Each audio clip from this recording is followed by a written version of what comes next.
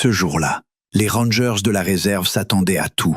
Des clôtures brisées, des traces de braconniers, un animal blessé ou des touristes égarés là où l'accès était interdit. Mais ils ne s'attendaient certainement pas à voir une girafe qui, par un moyen incroyable, se retrouvait perchée dans un arbre. Au début, la situation semblait presque comique. Sur le fond d'un immense acacia, on apercevait un long cou tacheté, tendu entre les branches, tandis que l'animal semblait s'agripper au tronc de tout son corps, refusant de lâcher prise. L'un des gardes, Thompson, observa la scène en silence pendant quelques secondes, puis se frotta les yeux de la main, comme s'il espérait que cette vision étrange disparaisse. Mais la girafe ne disparut pas. Elle restait immobile au milieu des branches, sa tête pivotant anxieusement de gauche à droite. « En 20 ans de métier ici, j'ai vu beaucoup de choses », dit doucement le second ranger. « Mais c'est la première fois que je vois une girafe dans un arbre. » Ils s'approchèrent et cessèrent de sourire. L'arbre était vieux et dangereux. Quelques jours plus tard, de grosses branches en étaient déjà tombées, et la direction prévoyait d'élaguer la cime pour éviter que le tronc ne s'effondre. À présent, il devait supporter un poids supplémentaire considérable. Si l'arbre cédait, l'animal risquait de se tuer, et des personnes aux alentours pouvaient également être blessées. Les rangers tentèrent de comprendre comment la girafe avait bien pu se retrouver là-haut. La réserve n'abritait que quelques girafes, et les employés connaissaient chacune d'elles par ses taches, sa taille et ses habitudes. Mais cet animal ne ressemblait à aucun d'entre eux. Son pelage était étrangement régulier, ses mouvements trop brusques, et son regard semblait comme vitreux. Toutefois, à distance et sous l'épais feuillage, il était difficile de tirer des conclusions. Thompson examina d'abord le sol autour de l'arbre. La terre humide était parsemée d'empreintes. Il y avait des traces de bottes, de plusieurs paires différentes, des empreintes de pattes de chien, de l'herbe écrasée et plusieurs sillons profonds, comme si quelqu'un avait traîné du matériel lourd. Au premier abord, tout laissait penser à des traces de braconniers. Il semblait qu'un groupe d'individus accompagnés de chiens avait acculé l'animal vers l'arbre, l'avait effrayé, puis que les choses avaient mal tourné. Mais plus les rangers étudiaient les lieux, moins cette version leur paraissait tenable. Les traces étaient trop nombreuses, comme si toute une équipe de 10 ou 15 personnes était passée par là. Il leur aurait été presque impossible de passer inaperçus dans une réserve gardée. De plus, les chasseurs n'avaient aucun intérêt à acculer une girafe dans un arbre. S'ils étaient armés, l'animal là-haut devenait une cible facile. Et s'il ne l'était pas, pourquoi prendre le risque d'amener des chiens ici? La situation devenait de plus en plus absurde et inquiétante. Les rangers contactèrent le poste central et ordonnèrent de fermer temporairement les itinéraires à proximité. Il fallait éloigner les visiteurs et étouffer les rumeurs avant que quiconque n'ait le temps de filmer la scène avec son téléphone. Si la nouvelle d'une girafe dans un arbre se répandait sur le net, la réserve serait envahie par une vague de journalistes, de blogueurs et de curieux. Cela risquait de compromettre le sauvetage et d'effrayer les autres animaux. Une fois le périmètre bouclé, l'équipe se concentra sur l'essentiel.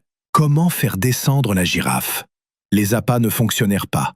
On lui proposa des branches fraîches, de l'eau, des fruits, mais elle ne réagit pas. Elle se pressait simplement plus fort contre le tronc, le regard fixé vers une direction précise de la forêt. Il était impossible de couper l'arbre. La chute tuerait l'animal. Utiliser des échelles était également dangereux. Le moindre mouvement brusque pouvait précipiter la girafe au sol. Après une longue discussion, ils décidèrent d'appeler un hélicoptère équipé de matériel de levage. En attendant les secours, les rangers restèrent au sol pour surveiller la situation. 1 heure passa, puis une deuxième. La girafe ne bougeait presque pas. Et soudain, tout bascula. À la lisière du bois, entre les arbres, une silhouette humaine apparut. L'individu se tenait immobile, presque entièrement dissimulé par l'ombre. Les rangers ne le remarquèrent pas tout de suite, mais la girafe réagit instantanément. Elle leva la tête, dressa les oreilles et se tourna vers l'inconnu. L'animal semblait l'avoir reconnu. C'est alors que l'impossible se produisit. La girafe commença à descendre. Elle se déplaçait maladroitement, s'accrochant aux branches avec ses pattes, glissant, puis se rétablissant. Les Rangers retinrent leur souffle, redoutant la chute. Mais la girafe, comme guidée par un signal invisible, atteignit lentement les branches inférieures, puis sauta sur le sol dans un nuage de poussière. Elle vacilla une seconde, mais se précipita aussitôt vers l'homme à la lisière. « Suivez-la !» cria Thompson. La silhouette se retourna brusquement et disparut dans les bois. La girafe courut à sa suite, et les Rangers se lancèrent à leur poursuite. Les longues pattes de l'animal filaient entre les arbres avec une agilité surprenante. Elle se déplaçait plus vite que prévu, et elle disparut bientôt derrière d'épais fourrés. Les radios grésillèrent. L'équipe tentait de coordonner la poursuite, mais la forêt devenait de plus en plus dense et la visibilité plus mauvaise. Après quelques minutes, la girafe et l'homme disparurent de leur vue. Les Rangers s'arrêtèrent pour écouter. Autour d'eux, on n'entendait que les oiseaux, le bruissement des feuilles et le vrombissement lointain de l'hélicoptère qui approchait. Thompson comprit qu'une poursuite à l'aveugle ne donnerait rien. Il fallait réfléchir. L'équipe se divisa et commença à ratisser la zone en éventail. Désormais, il s'intéressait non seulement à la girafe, mais aussi à l'homme, qui était manifestement lié à l'affaire. Les traces menaient plus profondément dans la partie sauvage de la réserve, là où les touristes n'allaient jamais. Sur le sol, on trouvait des empreintes de bottes, des branches cassées et d'étranges morceaux de plastique noir. Quelqu'un avait visiblement préparé cette opération à l'avance. Sur une petite clairière, les Rangers se repérèrent enfin l'homme. Il était accroupi et cherchait quelque chose dans l'herbe. Entendant le craquement des branches, il leva brusquement la tête. La peur passa dans ses yeux. Les Rangers l'encerclèrent, lui ordonnant de ne plus bouger. Au début, il leva les mains, comme s'il allait se rendre, mais il détala soudainement sur le côté. Il n'alla pas bien loin. 2 Rangers le plaquèrent au sol après une brève lutte. L'homme était bien habillé, trop proprement pour quelqu'un qui se serait prétendument égaré par hasard dans une zone reculée de la réserve. Ses bottes étaient couvertes de boue fraîche, et un petit émetteur fut trouvé dans sa poche. Il gardait le silence. Aux questions sur son nom, son objectif et son lien avec la girafe, il ne répondait pas, se contentant de détourner le regard. Il fut conduit à la voiture et emmené au poste de garde. Là, l'interrogatoire se poursuivit, mais l'homme s'obstinait à répéter qu'il s'était simplement perdu. Thompson ne le croyait pas. Aucun touriste égaré n'emporte un émetteur avec lui. Aucune personne fortuite n'apparaît précisément au moment où une girafe, perchée depuis des heures dans un arbre, s'anime soudain et court après elle. Pendant ce temps, l'hélicoptère s'éleva au-dessus de la forêt et commença les recherches aériennes. Le pilote transmettait les coordonnées aux équipes au sol. Quelques minutes plus tard, il annonça une nouvelle étrange. La girafe avait été repérée sur une ancienne piste technique. L'animal ne se déplaçait pas au hasard, mais semblait poursuivre un but précis. Plus loin, entre les arbres, stationnait un camion. Lorsque la girafe s'approcha du véhicule, elle commença à tourner autour. Depuis les airs, on aurait dit qu'elle interagissait avec le camion, presque comme un animal dressé. Puis le véhicule démarra brusquement. La girafe courut derrière. Les Rangers contactèrent la police. Au début, les officiers accueillirent la nouvelle avec scepticisme. Une girafe, un arbre, un homme mystérieux, un camion, tout cela ressemblait à une mauvaise blague. Mais les coordonnées étaient précises et la situation menaçait la sécurité de la réserve. Plusieurs patrouilles se mirent en route à leur rencontre. Une étrange course-poursuite s'engagea. L'hélicoptère restait en altitude pour transmettre l'itinéraire. Au sol, les Rangers et la police bloquaient les accès. Le camion fonçait sur la piste de service poussiéreuse, faisait des embardées violentes, manquait de percuter la barrière et tentait de s'échapper vers une ancienne sortie. Mais le piège se refermait. Finalement, les voitures de police lui barrèrent la route et le conducteur fut contraint de s'arrêter. Il sortit les mains levées. Son visage n'exprimait pas de la surprise, mais une lassitude agacée, comme s'il comprenait que tout avait échoué. Il fut rapidement interpellé, mais le plus important attendait à l'intérieur du camion. Lorsque les Rangers ouvrirent le compartiment arrière, ils restèrent stupéfaits. La girafe était là, celle-là même qu'ils avaient vue dans l'arbre et poursuivie à travers les bois. Elle était immobile, les pattes pliées de façon artificielle et le long cou plaqué au sol. À première vue, l'animal semblait mort. Mais une seconde plus tard, Thompson remarqua un détail étrange. La peau était trop lisse, les taches presque identiques, et un fil fin dépassait près d'une articulation.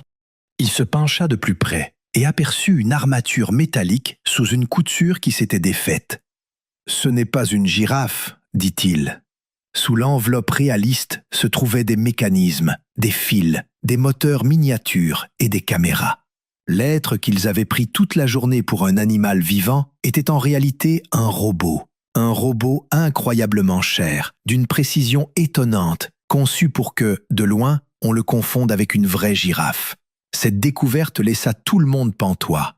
L'explication qui semblait impossible devint soudain la seule logique. C'était pour cela que la girafe ne correspondait à aucun animal du parc. C'était pour cela qu'elle bougeait bizarrement, ne réagissait pas à la nourriture et s'était retrouvée là où une vraie girafe ne serait jamais allée. On ne l'avait pas acculée dans l'arbre, on l'y avait placée ou dirigée par télécommande. Et l'homme à la lisière avait probablement envoyé le signal qui avait déclenché la descente du robot. Au poste de garde, les deux suspects furent installés face à face. L'homme de la forêt avait perdu de son assurance. Le conducteur du camion tapotait nerveusement sur la table. Quand on leur montra les photos du robot, leur silence finit par se briser. Ils avouèrent. Tout cela faisait partie du tournage clandestin d'un film. Un groupe de cinéastes indépendants avait décidé de tourner une scène spectaculaire dans une véritable réserve, sans demander d'autorisation. Il leur fallait un décor sauvage, des paysages authentiques et une esthétique documentaire. Pour éviter de travailler avec une vraie girafe, ils avaient commandé une girafe robotisée, un modèle animatronique coûteux doté d'une télécommande, de caméras et de mécanismes flexibles. Selon le scénario, le robot devait apparaître parmi les arbres, grimper sur un acacia incliné, puis s'enfuir vers le camion. Mais le plan avait échoué. Le mécanisme s'était bloqué dans l'arbre. L'équipe avait paniqué et s'était dispersée, espérant récupérer le robot plus tard. Une personne était restée à proximité pour surveiller la situation et tenter de reprendre les commandes. Lorsqu'il était apparu à la lisière, le signal s'était rétabli et le robot avait commencé sa descente. C'était pour cela que la girafe avait réagi de manière aussi étrange. Plus les Rangers en apprenaient, plus leur colère grandissait. L'équipe de tournage ne s'était pas simplement introduite dans une zone protégée. Ils avaient caché du matériel, laissé des traces, utilisé des drones, perturbé la tranquillité des animaux et auraient pu provoquer une véritable catastrophe. Si l'arbre s'était effondré, un membre du personnel aurait pu être tué. Si le robot avait effrayé un troupeau ou des prédateurs, les conséquences auraient été imprévisibles. Sur les lieux, on découvrit bientôt des caches contenant des caméras, des batteries, des câbles, des costumes et des accessoires. Certains appareils étaient fixés sur des arbres, juste à côté de nids d'oiseaux. Ailleurs, on trouva des traces de passage d'engins lourds qui avaient endommagé de jeunes plantes. Ce que les cinéastes qualifiaient d'art s'avérait être, pour la réserve, une intrusion et une menace. La police formalisa les chefs d'inculpation. Intrusion illégale, violation du régime de protection de la nature, utilisation de matériel interdit, mise en danger du personnel et des animaux sauvages. Le projet fut immédiatement interrompu. Les investisseurs se retirèrent et tout le matériel fut saisi comme pièce à conviction. La girafe robotisée fut transportée dans un entrepôt de la police, où elle n'avait plus l'air d'un miracle technologique, mais d'une preuve coûteuse de la présomption humaine.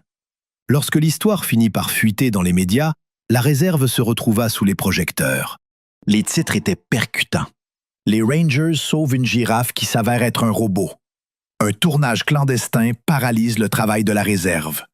La technologie contre la nature. Au début, les gens s'en amusaient, mais le débat devint rapidement plus sérieux. Beaucoup comprirent que derrière cette image absurde se cachait un réel danger. La direction de la réserve révisa son système de sécurité. Des caméras supplémentaires furent installées sur les pistes de service, les patrouilles furent renforcées, un contrôle strict des drones fut mis en place, et les règles d'accès pour les équipes scientifiques et de tournage furent actualisées. Désormais, tout équipement devait être inspecté, et les contrevenants s'exposaient à de lourdes amendes. Le soir, alors que le calme était enfin revenu, Thompson retourna près du vieil acacia. L'arbre était toujours debout, bien que son écorce garde les stigmates de cette folle journée. Il ramassa au sol un petit morceau de simili-cuir tacheté et le regarda longuement.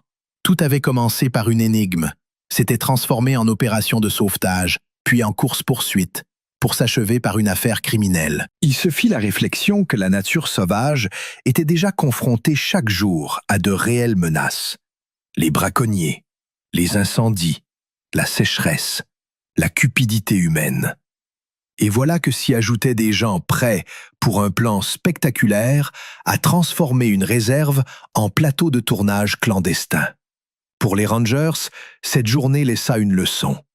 Parfois, le danger ne vient pas avec un fusil ni avec un piège. Parfois, il vient avec une caméra, un scénario et la certitude que, pour obtenir une belle image, on peut enfreindre toutes les règles. Et le vieil arbre resta longtemps le témoin de l'incident le plus étrange de l'histoire du parc. Le jour où tout le monde pensait sauver une girafe, alors qu'il sauvait en réalité la réserve de l'irresponsabilité humaine.